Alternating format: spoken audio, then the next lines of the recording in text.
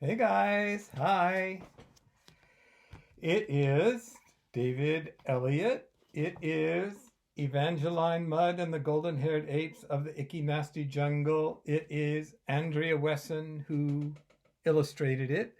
And it is time for chapter 16. Not wearing a hat today or anything. I am wearing my red shirt. Red's my favorite color. What's yours?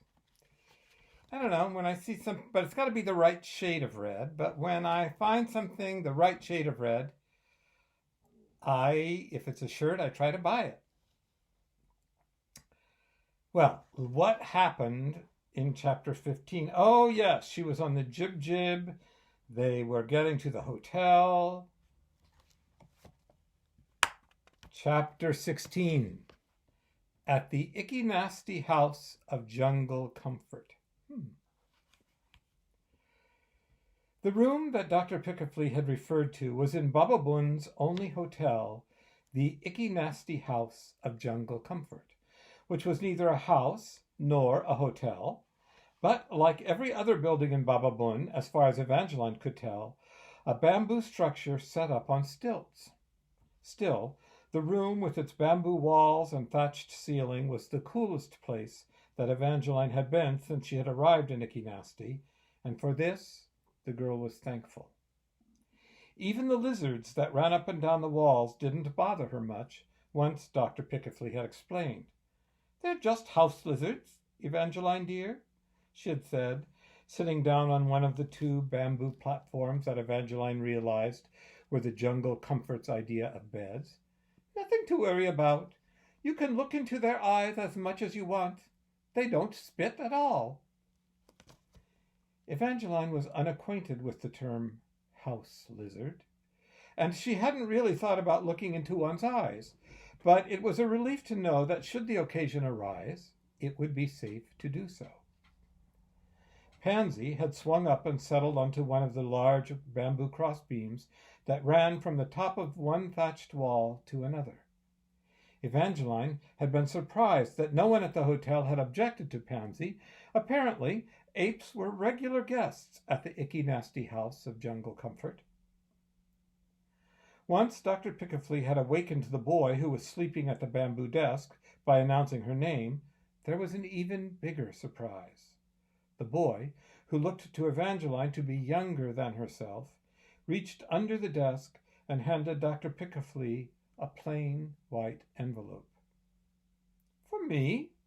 she had said. "Surely there must be some mistake." But there was no mistake. Her name was scrawled across the envelope in thick black letters. Dr. Pickafley did not open the envelope immediately. It was only after they had gotten comfortably settled into their room that she picked it up from the bamboo stand where she had laid it. "Now," she said, "let's see what this is all about. I have a feeling I know who it's from." She opened the envelope and pulled out a sheet of white paper folded neatly in three. This she handed to Evangeline. "Would you read it, my dear?" she asked. "My eyes are rather tired from all that flying." Evangeline took the sheet of paper and unfolded it. The first thing she did was look at the signature. "It's from Rexy," she told Dr. Pickafley. "I thought so," responded the doctor. "But how did he even know we were here?" asked Evangeline. "Did you tell him we were coming?" "Of course not," Dr. Pickafley said. "I didn't have to. He has always had spies all over Bababun. When the flying monkey landed, he was probably the first to know it. It was someone on the bus, no doubt." Is it possible, Evangeline wondered? Can an old lady who smokes a pipe and carries a pig also be a spy? Life, she decided, was very mysterious. He would naturally leave the letter at the Ikkinasti House of Jungle Comfort because it's the only hotel in town. He knew this is where we would be. Let's hear what that rascal has to say. Evangeline cleared her throat, but before she read the first word, she stopped. Her face, already pink from the sun, turned even pinker. What is it, child? Dr. Pickaflea asked. It's just that, well, I'm afraid the letter doesn't begin very nicely, she said. I should have guessed, Dr. Pickaflea responded. Don't worry, Evangeline dear, I'm used to it. Don't forget, Rexy is my brother. Are you sure? Evangeline asked. Are you sure you won't get mad? Quite sure, Dr. Pickaflea answered. Now go ahead. Evangeline cleared her throat a second time and began. Dear Aphrodite, she read. If you've come to find the new family of golden hairs, forget it. I made the whole thing up when I was planning to turn the jungle into the world's biggest mall. I knew that you'd try to stop me, just like you tried to stop me when I wanted to build Pickaflea's paradise. I also knew if you heard about a new family of your beloved apes, you'd come back to Ikkinasti to try and find them. Once you got here, I was going to... Well, I wasn't sure what I was going to do, but I don't think you would have liked it. When that drippy mud couple turned up instead, I pretended to be their friend until I could decide what to do. Finally, I realized that if they went missing, you'd show up sooner or later, so I took them out to a part of the jungle from which I knew they could never find their way back and left them there. Pity, isn't it? I'm sure the spiders didn't think so. By the way, as you can see, the plan for the world's biggest mall didn't work out. But don't worry, my new scheme is even better. So, sister dear, the best thing you can do is to get back on that rattletrap you call an airplane and get out of here. Oh, and on your way, you can kiss that jungle out there goodbye. Rexy. P.S. Who is that nasty-looking little runt you're dragging around with you? Evangeline, who had been standing as she read, sat down on the bamboo platform next to Dr. Pickaflea's. What was it that Rexy had written about her parents? I took them out to a part of the jungle from which I knew they could never find their way back, and left them there. He was right, of course. No one could survive in that jungle. Now, said Dr. Pickaflea, getting up and putting her arms around the girl, you mustn't take what Rexy has said to heart. Your parents are very clever people, Evangeline.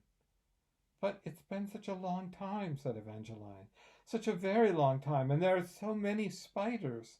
Even you said so. That's true, Dr. Pickaflea replied. But which do you believe in most, the spiders or your parents? Put that way, Evangeline had no choice. Now, come along, child, Dr. Pickaflea exclaimed, jumping up from the bed. We have to find Dadu. Who? Asked Evangeline. An old friend of mine, Dr. Pickaflea answered as she headed toward the door. He'll take us into the jungle. He was raised there. If your parents are in there, Evangeline dear, Dadu will find them. Evangeline pulled herself together and stood up. By the way, Dr. Pickaflea added cheerfully, you don't have anything against headhunters, do you? Well, do you have anything against headhunters? I might. There's Andrea Wesson's spot art of Evangeline reading the letter to Aphrodite. Wow. Rexy's kind of a meanie, right? And he also called Evangeline a nasty-looking little runt. Let's see. Chapter 17. Next time, naughties. Well, I hope that you are not being naughties. I hope you're being the perfect angels that we know you are, right? Okay, guys. Let's see. I will see you next time. We'll read chapter 17. Who knows? I might have something very special to show you next time. I think I will. Okay, guys. See ya.